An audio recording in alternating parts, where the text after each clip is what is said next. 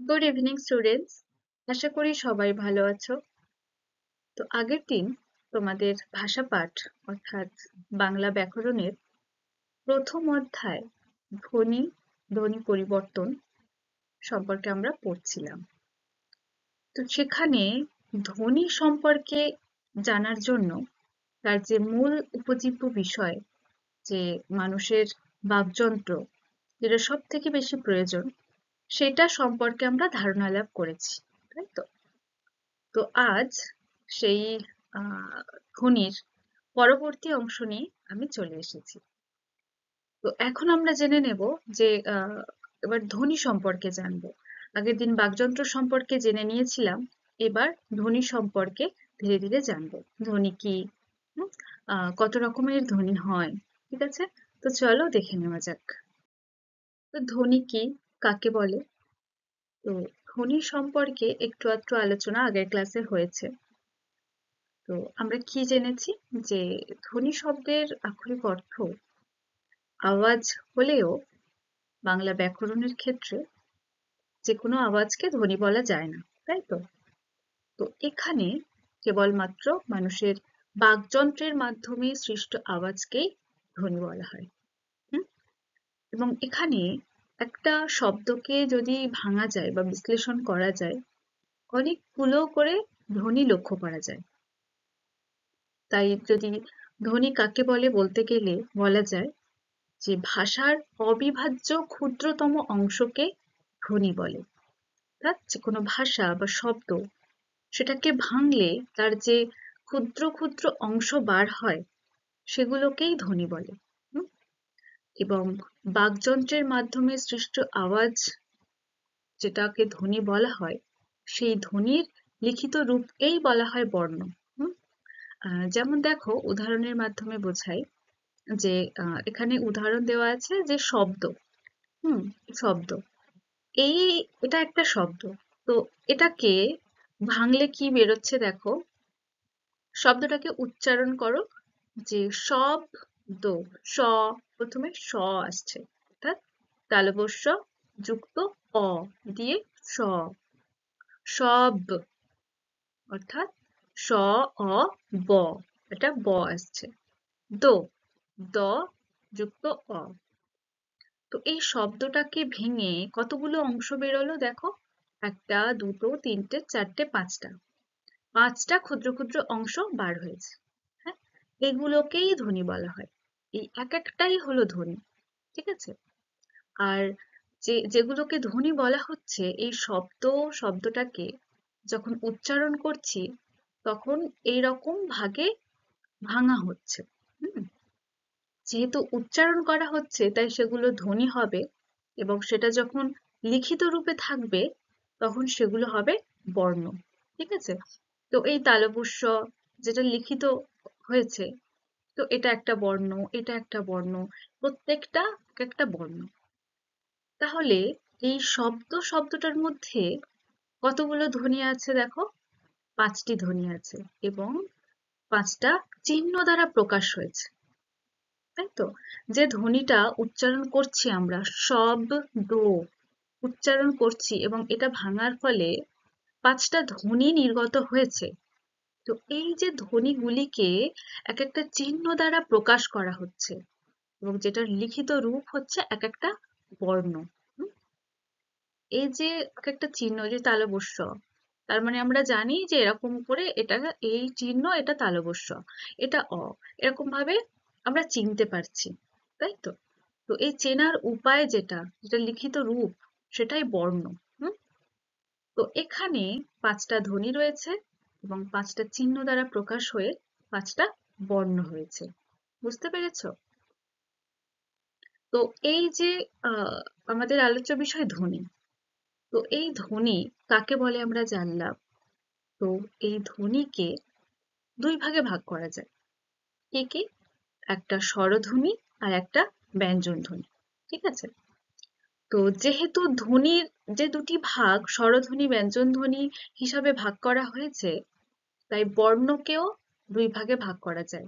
অর্থাৎ ভাষার লিখিত রূপ, বাকযন্ত্রের মাধ্যমে সৃষ্ট আওয়াজ, তার লিখিত রূপ যেটা, যে বর্ণ সেটাকেও তাই সেই রকমই দুই ভাগে ভাগ করা হয়েছে, স্বরবর্ণ আর একটা ব্যঞ্জন বর্ণ।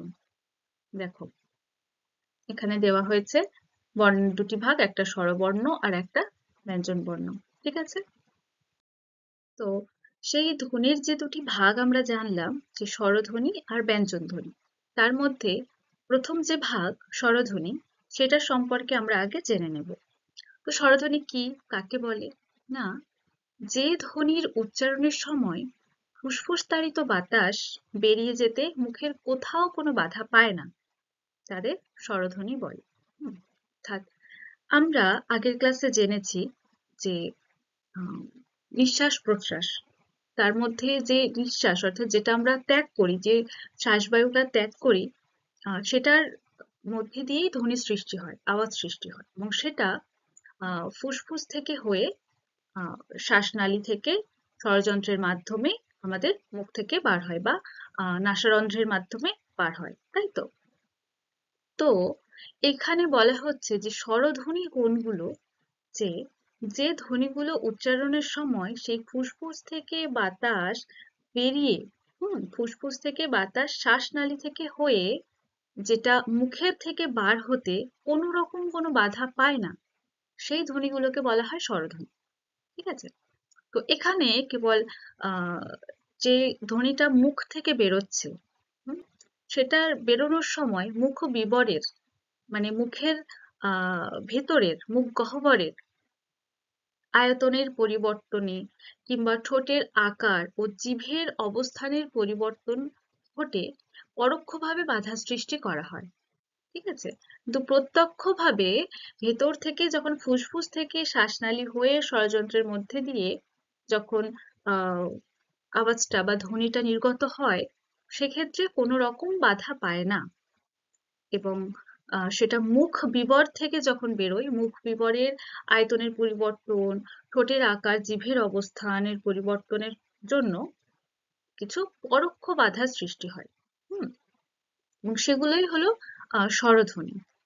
তো আর এই স্বরধ্বনির একটা বৈশিষ্ট্য যেটা হলো এরা অন্য কোনো ধ্বনির সাহায্য নেয় না, অর্থাৎ অন্য কোনো ধ্বনির সাহায্য ছাড়াই এরা নিজে নিজে উচ্চারিত হতে পারে। তো পরে আরো তোমরা ভালোভাবে জানতে পারবে।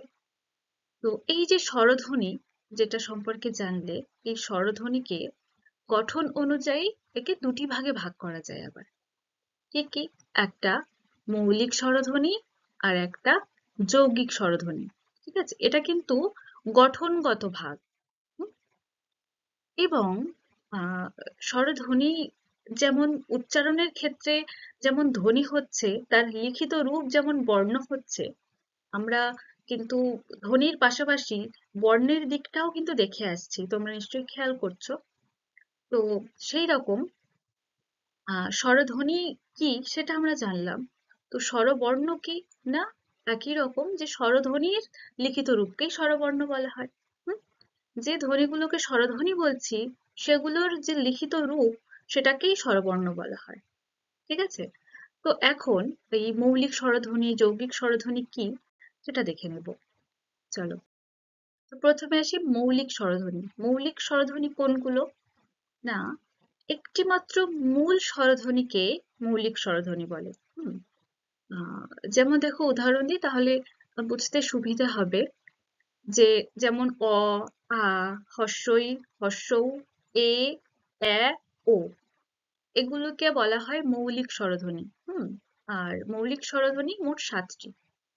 এই নির্দিষ্ট অ, আ, হস্যই, হস্যৌ, এ, ও, এই 7টি স্বরধ্বনিকে মৌলিক স্বরধ্বনি বলা হয়। ঠিক আছে, এবং এগুলো মাত্র মূল স্বরধ্বনি। ঠিক আছে, যেমন দেখো উচ্চারণ করো তোমরা তাহলে স্পষ্ট হয়ে যাবে বিষয়টা। অ, অটা আমরা যখন উচ্চারণ করছি দেখো কোনো রকম কি কোনো বাধা আসছে?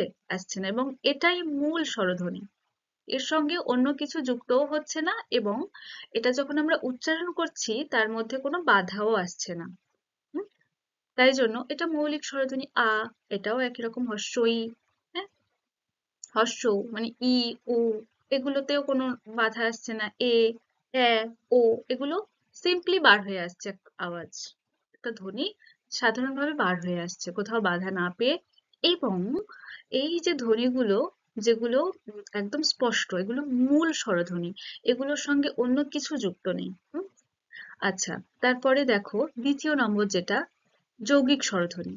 যৌগিক স্বরধ্বনি কোনগুলো আবার?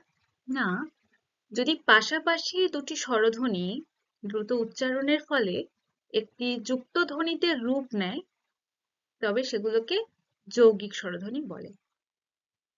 যেমন দেখো ওই, হ্যাঁ, এটা কিন্তু যৌগিক স্বরধ্বনি।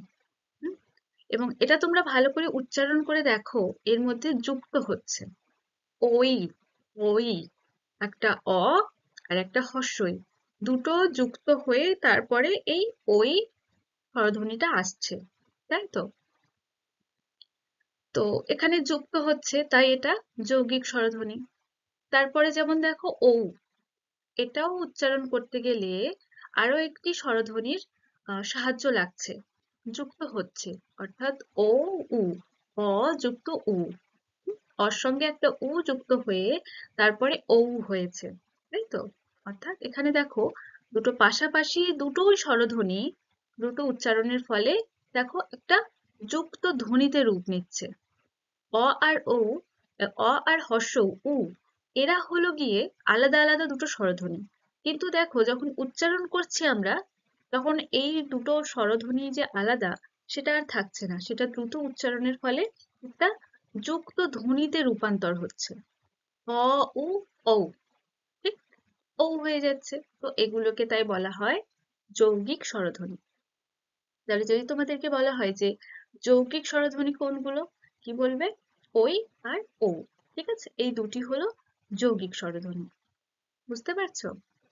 তারপর তো এই যে স্বরধ্বনি আমরা জানলাম, তো সেই স্বরধ্বনি উচ্চারণের সময় স্বরধ্বনির বৈচিত্র্য সৃষ্টি হয়। হুম, এবং প্রধানত চারটি ভাগেই এই স্বরধ্বনির বৈচিত্র্য সৃষ্টি হয়। সেই চারটি ভাগ কি কি? না, ওই স্বরধ্বনি সম্পর্কে যে আলোচনা করছিলাম তার মধ্যেই কিন্তু বলা আছে।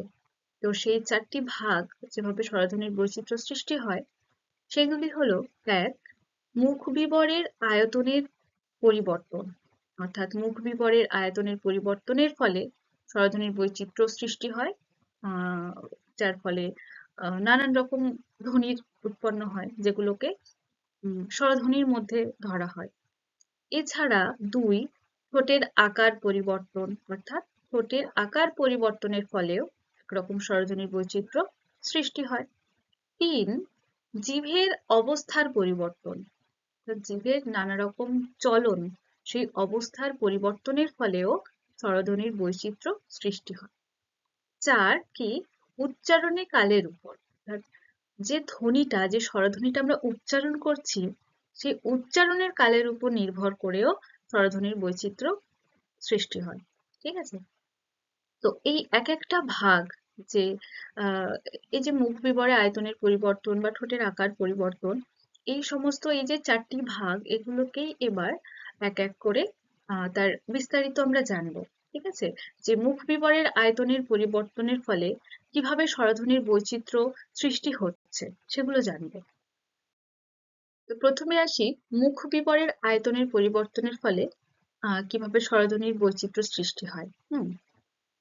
তো কিছু স্বরধ্বনি উচ্চারণের সময় আমরা দেখি মুখ বিবরের আয়তন সব থেকে বেশি থাকে, আবার কিছু স্বরধ্বনি উচ্চারণের সময় মুখ বিবরের আয়তন একেবারে কমে আসে।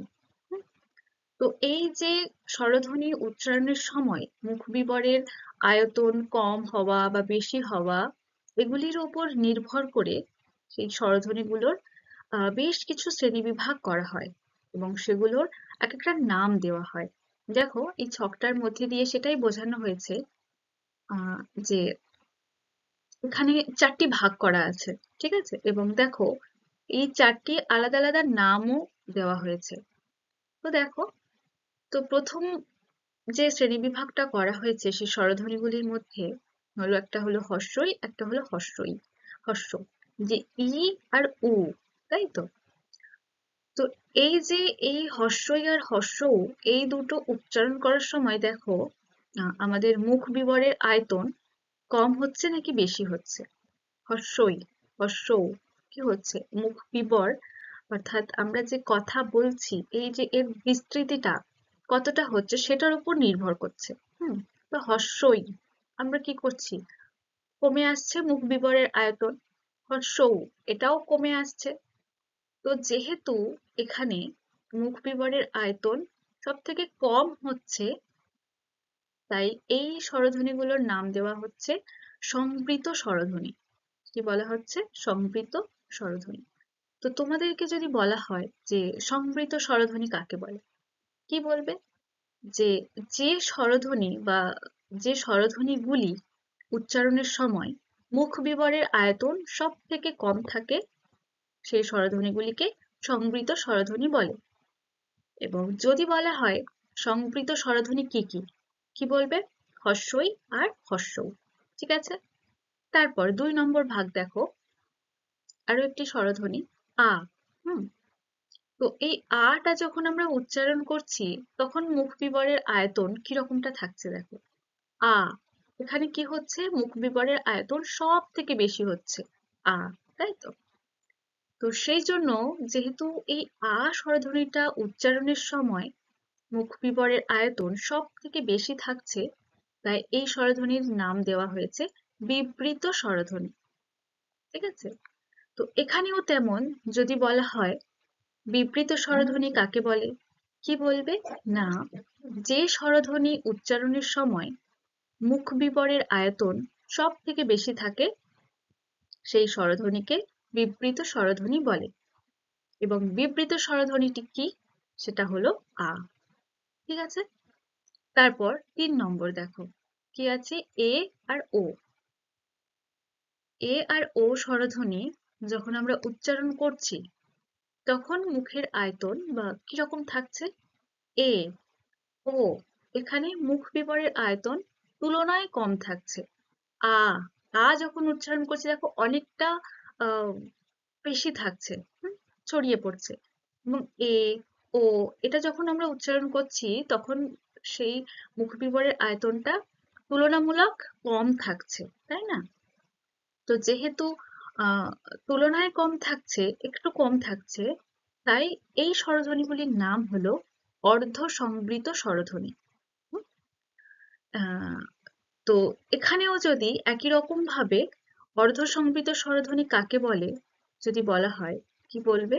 না, যে স্বরধ্বনিগুলি উচ্চারণের সময় মুখ বিবরের আয়তন তুলনায় কম থাকে সেই স্বরধ্বনিগুলিকে অর্ধ সংবৃত স্বরধ্বনি বলে। ঠিক আছে?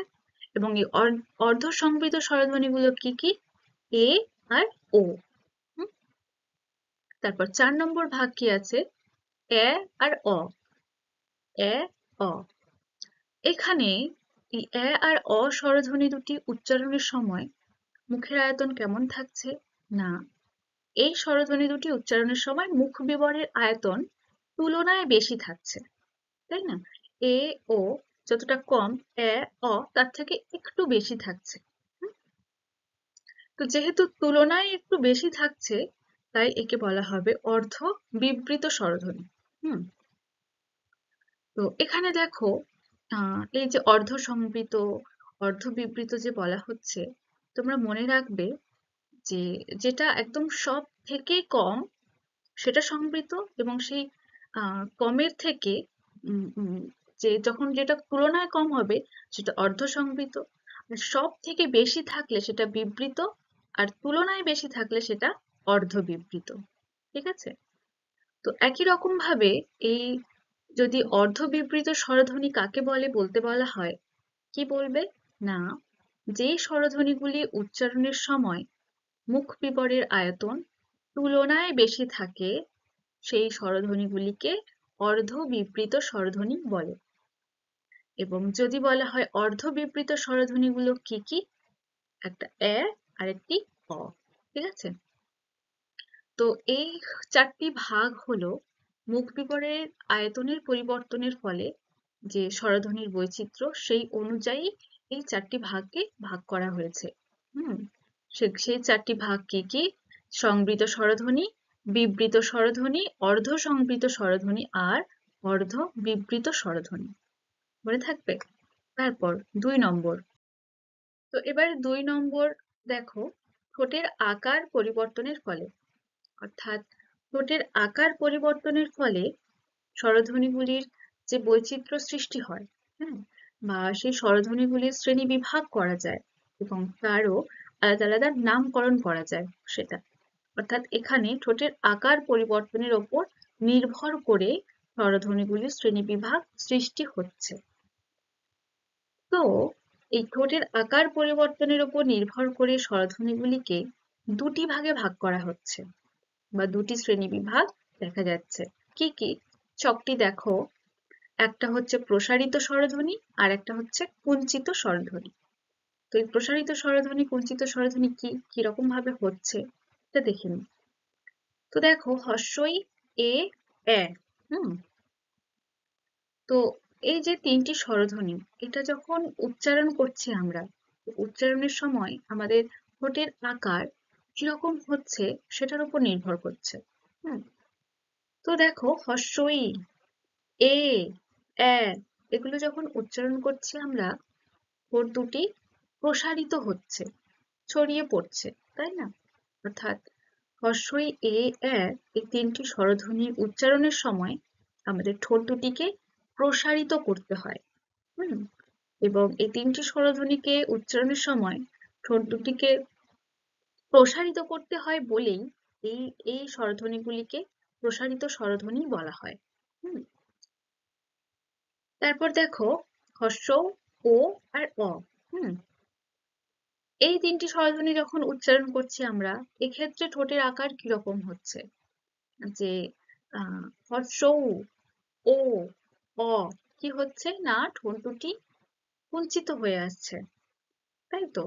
দেখো, হস্যই এ এ এগুলো উচ্চারণের সময় ঠোঁটটা কেমন প্রসারিত হচ্ছে, ছড়িয়ে পড়ছে। সেক্ষেত্রে হস্য, ও, অ এই 3টি স্বরধ্বনি যখন উচ্চারণ করছি, ঠোঁট দুটি কেমন ছোট হয়ে আসছে, কুঁচকে যাচ্ছে, কুঞ্চিত হয়ে যাচ্ছে, তাই না? অর্থাৎ এই হস্য, ও আর অ এই 3টি স্বরধ্বনি উচ্চারণের সময় আমাদের ঠোঁট দুটিকে কুঞ্চিত করতে হয়, তাই এই 3টি স্বরধ্বনিকে কুঞ্চিত স্বরধ্বনি বলা হয়।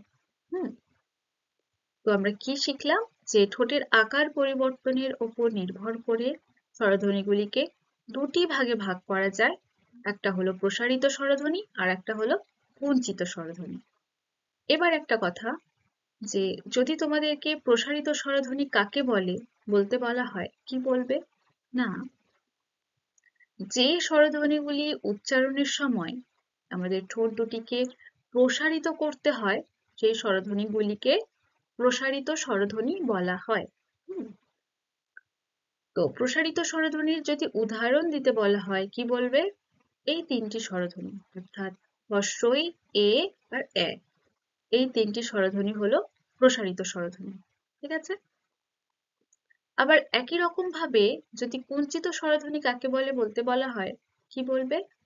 না, যে স্বরধ্বনিগুলি উচ্চারণের সময় আমাদের ঠোঁট দুটিকে কুঞ্চিত করতে হয়, সেই স্বরধ্বনিগুলিকে কুঞ্চিত স্বরধ্বনি বলা হয়। এবং যদি কুঞ্চিত স্বরধ্বনির নাম বলতে বলা হয়, কি বলবে? না, হস্য, ও আর অ। হ্যাঁ, এই 3টি স্বরধ্বনি হলো কুঞ্চিত স্বরধ্বনি। ঠিক আছে? এরপর 3 নম্বর ভাব, যে জিভের অবস্থান অনুযায়ী। তো অর্থাৎ জিভের অবস্থান অনুযায়ী স্বরধ্বনির যে বৈচিত্র্য বা স্বরধ্বনির যে শ্রেণী বিভাগ, সেগুলি। তো এখানে জিভের অবস্থান অনুযায়ী কিরকম স্বরধ্বনিগুলিকে ভাগ করা হচ্ছে দেখো। তার আগে একটা কথা বলার, যে জিভ সম্পর্কে তো তোমরা জেনেছো যে বাংলা ব্যাকরণে এবং উচ্চারণের জন্য, ধ্বনি উচ্চারণের জন্য জিভ কতটা গুরুত্বপূর্ণ। এবং আমরা এটাও জেনেছি আগের ক্লাসে যে জিভ বাকযন্ত্রের মধ্যে সব থেকে সচল এবং সক্রিয় প্রত্যঙ্গ, তাই না? তো সেই জিভের অবস্থান অনুযায়ী যে স্বরধ্বনিগুলিকে ভাগ করা হবে। তো যখন কোনো উচ্চারণ করছি আমরা, জীব দেখবে মুখ বিবরের মধ্যে বা মুখ গহ্বরের মধ্যে নানান অবস্থান করছে নানান জায়গায়। তার ফলে নানান রকম ধ্বনি সৃষ্টি হচ্ছে। এখানে আহ জিভের অবস্থান বলতে দুটো কথা বলা হয়েছে বা দু রকম অবস্থার কথা বলা হয়েছে। কি কি? একটা জিভের সামনে বা পিছনে অবস্থান এর কথা বলা হয়েছে, আর একটা জিভের অগ্রভাগে উচ্চে এবং নিম্নে অবস্থান। যে উঁচুতে বা নিচুতে অবস্থান। তো প্রথমে আমরা জিভের সামনে বা পিছনে অবস্থান অনুযায়ী স্বরধ্বনির শ্রেণীবিভাগ সম্পর্কে আমরা জানবো। তো কিভাবে জিভের সামনে বা পিছনের অবস্থান হচ্ছে বা সেই কারণে কিভাবে স্বরধ্বনিগুলির শ্রেণীবিভাগ করা হচ্ছে দেখো, যে এখানে দুটি শ্রেণীবিভাগ করা হয়েছে। অর্থাৎ উচ্চারণের সময় বা ধ্বনি উচ্চারণের ক্ষেত্রে জিভের সামনে বা পিছনে অবস্থানের কারণে স্বরধ্বনির শ্রেণীবিভাগ বলতে দুটি ভাগে ভাগ করা হয়েছে। সেটি একটা সম্মুখ স্বরধ্বনি আর একটা পশ্চাৎ স্বরধ্বনি। তো এটা সামনে পিছনে, তাই সম্মুখ পশ্চাৎ। ঠিক আছে? তো কিরকম ভাবে হচ্ছে, এগুলোর মধ্যে কোন কোন স্বরধ্বনি পড়ছে দেখো ছকটিতে, যে হস্যই, এ, এ, এই তিনটি স্বরধ্বনি যখন আমরা উচ্চারণ করছি তখন জিভটা সাধারণভাবে সামনের দিকে এগিয়ে আসছে।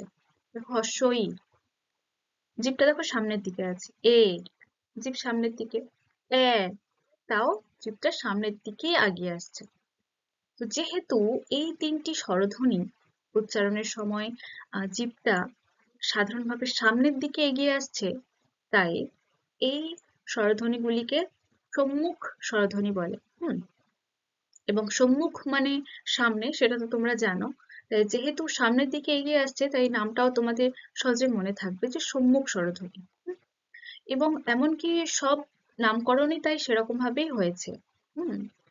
সেগুলোর ওপর নির্ভর করেই হয়েছে, যে তার ঠোঁটের আকার বলো বা জিভের অবস্থান বলো, সেগুলো সেই অবস্থান অনুযায়ী আকার অনুযায়ী নাম হয়েছে। তো যাই হোক, তারপরে দেখো দ্বিতীয়টা, যে হস্য ও অ, এই তিনটি স্বরধ্বনি যখন উচ্চারণ করছি দেখো জিভের অবস্থানটা কিরকম হচ্ছে। তোমরা উচ্চারণ করার সময় জিভের দিকে ফোকাস করো, দেখো বুঝতে পারবে যে হস্য উ, দেখবে জিভটা পিছনের দিকে চলে যাচ্ছে, গুটিয়ে যাচ্ছে, তাই না? ও, তখনও জিভটা গুটিয়ে যাচ্ছে। অ, হ্যাঁ, তখনও জিভটা পিছনের দিকে চলে যাচ্ছে। তো এই হস্য, ও আর অ, এই তিনটি স্বরধ্বনি উচ্চারণের সময় যেহেতু জিভটা পিছনের দিকে চলে যায়, তাই এই স্বরধ্বনিগুলিকে পশ্চাৎ স্বরধ্বনি বলা হয়। এবং পশ্চাৎ মানে পিছন, তোমরা বুঝতে পারছো। তো সহজেই তোমাদের মনে থাকবে। তাহলে এই যে দুটি স্বরধ্বনি আমরা জানলাম, সম্মুখ স্বরধ্বনি আর পশ্চাৎ স্বরধ্বনি, এগুলি জিভের সামনে বা পিছনে বা বলা যায় জিভের সম্মুখ বা পশ্চাৎ অবস্থানের কারণে স্বরধ্বনির এই শ্রেণীবিভাগ দুটি করা হয়েছে। এবং যদি বলা যায় যে সম্মুখ স্বরধ্বনি কাকে বলে, কি বলবে? না, যে স্বরধ্বনিগুলি উচ্চারণের সময় জিভ সাধারণভাবে সামনের দিকে এগিয়ে আসে সেই স্বরধ্বনিগুলিকে সম্মুখ স্বরধ্বনি বলা হয়। তো এই সম্মুখ স্বরধ্বনির উদাহরণ কি বলো তো দেখি তোমরা? যে এই হস্যই, এ আর এ, এই তিনটি হলো সম্মুখ স্বরধ্বনি, তাই তো? এবার যদি বলা হয় যে পশ্চাৎ স্বরধ্বনি কাকে বলে, কি বলবে? একই রকম ভাবে যে যে স্বরধ্বনিগুলি উচ্চারণের সময় আমাদের জিভ পিছনের দিকে চলে যায় সেই স্বরধ্বনিগুলিকে পশ্চাৎ স্বরধ্বনি বলা হয়। এবং এই পশ্চাৎ স্বরধ্বনিগুলি কি কি? না, হস্য, ও আর অ, এই তিনটি স্বরধ্বনি হলো পশ্চাৎ স্বরধ্বনি। ঠিক আছে, বুঝতে পেরেছো? এরপর জিভের অগ্রভাগের উচ্চে এবং নিম্নে অবস্থানের কারণে স্বরধ্বনিগুলিকে ভাগ করা হয়েছে। তো ওই যে জিভের দুরকম অবস্থান দেখানো হলো, একটা ওই সামনে পিছনে, এবং এটা জিভের অগ্রভাগের ঊর্ধ্বে এবং নিম্নে অবস্থানের কারণে স্বরধ্বনিগুলির বৈচিত্র্য সৃষ্টি হয়েছে বা স্বরধ্বনিগুলির শ্রেণীবিভাগ তৈরি হয়েছে। তো এখানে জিভের অগ্রভাগের উচ্চে বা নিম্নে অবস্থানের কারণে স্বরধ্বনিগুলিকে 4টি ভাগে ভাগ করা হয়েছে। কি কি? একটা উচ্চ স্বরধ্বনি, একটা নিম্ন স্বরধ্বনি, একটা উচ্চ মধ্য স্বরধ্বনি আর নিম্ন মধ্য স্বরধ্বনি। এই 4টি ভাগে ভাগ করা হয়েছে। তো এই স্বরধ্বনিগুলির মধ্যে কোন স্বরধ্বনিগুলি পড়ছে বা কিরকম ভাবে এর নামকরণ হচ্ছে সেটা আমরা জেনে নেব। দেখো ছকটিতে দেখো হর্ষই আর হর্ষ, এই দুটি স্বরধ্বনি যখন উচ্চারণ করা হচ্ছে তখন জিভের অবস্থান কিরকম হচ্ছে দেখো সেটার উপরেই নির্ভর করেই এর নাম করা হচ্ছে কিন্তু। তো দেখো হর্ষই হর্ষৌ কি হচ্ছে, এটা যখন উচ্চারণ করছি তখন জিভের অগ্রভাগ উচ্চে অবস্থান করছে। হর্ষই উঁচুর দিকে, হর্ষৌ উঁচুর দিকে অবস্থান করছে, তাই এই স্বরধ্বনিগুলিকে উচ্চ স্বরধ্বনি বলা হয়। তারপর আ আ স্বরধ্বনি যখন উচ্চারণ করছি তখন জিভের অবস্থান কিরকম হচ্ছে দেখো, জিভটা নিচে একদম নিচে ঠেকে রয়েছে, তাই না? অর্থাৎ স্বরধ্বনিটি যখন উচ্চারণ করা হয় তখন জিভের অগ্রভাগ একেবারে নিচে অবস্থান করে বা নিম্নে অবস্থান করে, তাই এই স্বরধ্বনিটাকে নিম্ন স্বরধ্বনি বলা হয়। ঠিক আছে, এরপর এ আর ও, এই দুটি স্বরধ্বনি উচ্চারণ করো। এ ও কি হচ্ছে, জিভের অগ্রভাগ যে সামনের দিকটা, একদম এই সামনেটা কিরকম তার অবস্থান হচ্ছে, এ কি হচ্ছে, মুখটা প্রসারিত হচ্ছে একটু আর জিভের অগ্রভাগটা একটু সামান্য উপরে উঠে আছে, তাই না? এ দেখো একটু একটু উপরে উঠে আছে, অর্থাৎ এ আর ও এই স্বরধ্বনি দুটি উচ্চারণের সময় জিভের অগ্রভাগ কিছুটা উপরে থাকে। তো যেহেতু এই স্বরধ্বনি দুটি উচ্চারণের সময় জিভের অগ্রভাগ কিছুটা উপরে থাকে, তাই এই স্বরধ্বনিগুলিকে উচ্চ মধ্য স্বরধ্বনি বলা হয়। ঠিক আছে, যে একেবারে উপরেও নয় একেবারে নিচেও নয়, কিছুটা উপরে, তাই এগুলোকে উচ্চ মধ্য স্বরধ্বনি বলে। দেখো জিভের অগ্রভাগ যখন একেবারে উচ্চ অবস্থান করছিল সেটা উচ্চ স্বরধ্বনি ছিল, যে হর্ষই হর্ষৌ একেবারে উঁচুতে ছিল, তাই উচ্চ স্বরধ্বনি। আবার যখন উচ্চারণ করছি তখন জিভের অগ্রভাগ একেবারে নিচে ছিল, তাই সেটা একেবারে নিম্ন স্বরধ্বনি।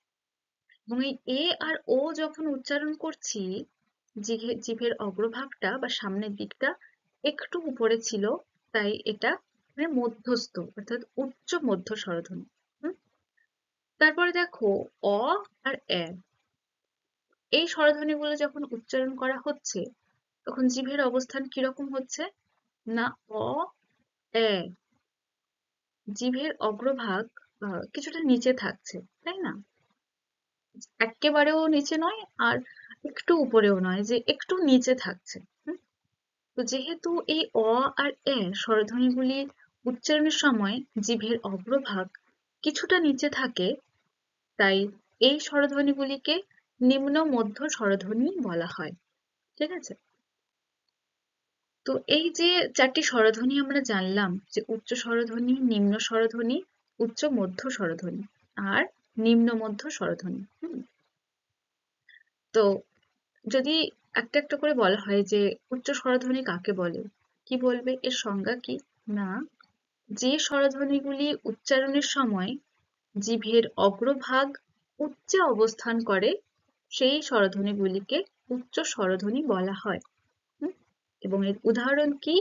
না, হর্ষই আর হর্ষৌ উচ্চ স্বরধ্বনি। নিম্ন স্বরধ্বনি কাকে বলে? না, যে স্বরধ্বনিগুলি উচ্চারণের সময় জিভের অগ্রভাগ একেবারে নিম্নে অবস্থান করে বা নিচে অবস্থান করে সেই স্বরধ্বনিগুলিকে বা সেই স্বরধ্বনিটিকে নিম্ন স্বরধ্বনি বলে। এবার যেহেতু এই নিম্ন স্বরধ্বনি কেবল একটা, তাই স্বরধ্বনি টি বলতে পারো তোমরা। ঠিক আছে? তো এই নিম্ন স্বরধ্বনিটি কি বা নিম্ন স্বরধ্বনির উদাহরণ কি? কি বলবে? আ। তারপর একই রকম ভাবে যদি উচ্চ মধ্য স্বরধ্বনি কাকে বলা হয়, কাকে বলে বলতে বলা হয়, কি বলবে? না, যে স্বরধ্বনিগুলি উচ্চারণের সময় জিভের অগ্রভাগ কিছুটা উপরে থাকে সেই স্বরধ্বনিগুলিকে উচ্চ মধ্য স্বরধ্বনি বলা হয়। এবং এই উচ্চ মধ্য স্বরধ্বনির উদাহরণ কি? এ আর ও। তারপর আসছে 4 নম্বর ভাগ, নিম্ন মধ্য স্বরধ্বনি। এই নিম্ন মধ্য স্বরধ্বনি কাকে বলে যদি বলতে বলা হয়, কি বলবে? বলো দেখি তোমরা এবার নিজেরা। যে যে স্বরধ্বনিগুলি উচ্চারণের সময় জিভের অগ্রভাগ কিছুটা নিচে থাকে সেই স্বরধ্বনিগুলিকে নিম্ন মধ্য স্বরধ্বনি বলা হয়। এবং নিম্ন মধ্য স্বরধ্বনিগুলি কি কি বা নিম্ন মধ্য স্বরধ্বনির উদাহরণ কি? অ আর এ, এই দুটি হলো নিম্ন মধ্য স্বরধ্বনি। ঠিক আছে? তো এই হলো দুটো ভাব অনুযায়ী স্বরধ্বনির শ্রেণীবিভাগ আজকে আমরা জানলাম এবং আজকে এটুকুই। ঠিক আছে? আজকে আমরা ধ্বনি সম্পর্কে কিছুটা জানলাম যে ধ্বনি কাকে বলে, ধ্বনি কি, ধ্বনির প্রকারভেদ এবং যে দুটি প্রকারভেদ, যে স্বরধ্বনি আর ব্যঞ্জন ধ্বনি, তার মধ্যে প্রথম ভাগ স্বরধ্বনি সম্পর্কে আমরা কিছুটা জেনেছি। যে স্বরধ্বনির আবার গঠনগত ভাগ, যে মৌলিক স্বরধ্বনি, যৌগিক স্বরধ্বনি, এগুলো সম্পর্কে জেনেছি এবং যে এর যে প্রধানত যে 4টি ভাবে, 4 রকম ভাবে যে স্বরধ্বনির নানান বৈচিত্র্য সৃষ্টি হয় বা স্বরধ্বনির নানান রকম শ্রেণী বিভাগ সৃষ্টি হয় আরো, সেগুলোর মধ্যে 2টি ভাব, 3টি ভাব সম্পর্কে আমরা জেনেছি এবং বাকি ভাব সম্পর্কে আমরা আবার পরের ক্লাসে জানবো। কেমন? ভালো থেকো সবাই। দেখা হচ্ছে পরের ক্লাসে এই ধ্বনি অধ্যায়ের পরবর্তী পর্ব নিয়ে। ধন্যবাদ।